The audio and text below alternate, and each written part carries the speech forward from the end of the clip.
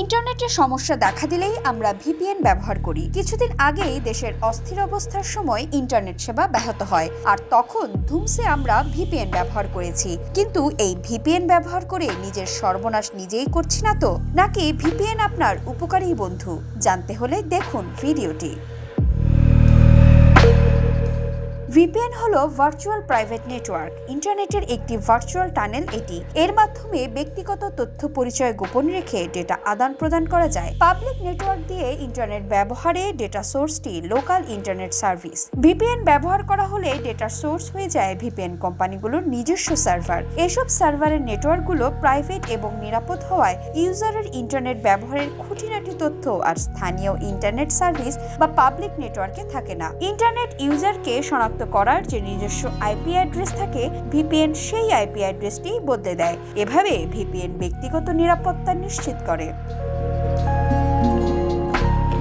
এই মুহূর্তে ভিপিএন দিয়ে আপনি কি করছেন? ফেসবুক চালাচ্ছেন? ভিপিএন আপনার আইপির বদলে তাদের সার্ভার আইপি আপনাকে ব্যবহার করতে দিচ্ছে। ফলে আপনার ইন্টারনেট সার্ভিস প্রোভাইডার আপনার ফেসবুক ব্যবহার থামাতে পারছে না, কেননা ফেসবুকের কাছে আপনার আইএসপি থেকে সরাসরি কানেকশন যাচ্ছে না, বরং সেই ভিপিএন সার্ভারের মাধ্যমেই যাচ্ছে। ফলে আইপি অ্যাড্রেস হাইড করে গোপনে ব্রাউজ করছেন, কোথাও আপনার ফুটপ্রিন্ট থাকছে না। আইএসপির কাছে আপনার ব্রাউজিং হিস্টোরি বা স্ট্রেস থাকছে না। ব্লক থাকা ওয়েবসাইটগুলো সহজেই ব্যবহার করছেন। ইচ্ছে মতো স্ট্রিমিং, গোপনীয়তা রক্ষা, গেমিং এবং নিষিদ্ধ সাইট এবং কন্টেন্টে অ্যাক্সেস পেতে ভিপিএন তাই জনপ্রিয়।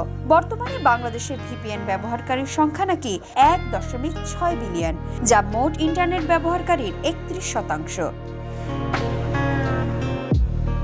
ভিপিএন এর সহায়তায় নিজের আইপি অ্যাড্রেস ও ভৌগোলিক অবস্থান গোপন রাখায় বিভিন্ন ওয়েবসাইট, বিজ্ঞাপনদাতা এবং অনলাইন ট্র্যাকারের পক্ষে ইউজারের অনলাইন গতিবিধি নজরদারি করা জটিল হয়ে ওঠে। তাছাড়া সাইবার আক্রমণের হুমকি থেকে মেলে সুরক্ষা। ওয়াইফাই দিয়ে ইউজারের অ্যাক্টিভিটিতে নজরদারি ঠেকাতে পারে ভিপিএন। আর যেহেতু ডেটা ট্রান্সমিশনের নিরাপদ টানেল গড়ে দেয়, তাই ডেটা বেহাত হওয়ার সুযোগই থাকে না।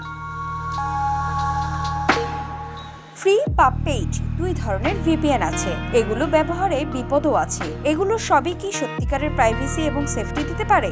আপনার ডেটা হাতিয়ে নেওয়ার অসৎ উদ্দেশ্যেই যে এসব ভিপিএন ব্যবহার করা হচ্ছে না, তার নিশ্চয়তা কি? স্ক্যাম বা ফিশিং এর শিকার হলে অথবা ভিপিএন সার্ভারই যদি হ্যাক হয়, তখন ইউজারের ক্রেডেনশিয়াল যেমন ইউজার নেম ও পাসওয়ার্ড চলে যাবে হ্যাকারের হাতে। তাছাড়া টেকনোলজি কম বোঝা মানুষদের পক্ষে এনক্রিপশন প্রোটোকল, সার্ভার সিলেকশন আর টানেলিং এর মতো অ্যাডভান্স ফিচার জটিল লাগতে পারে। তাই বুঝে দেখুন ভিপিএন আপনি ব্যবহার করবেন কিনা।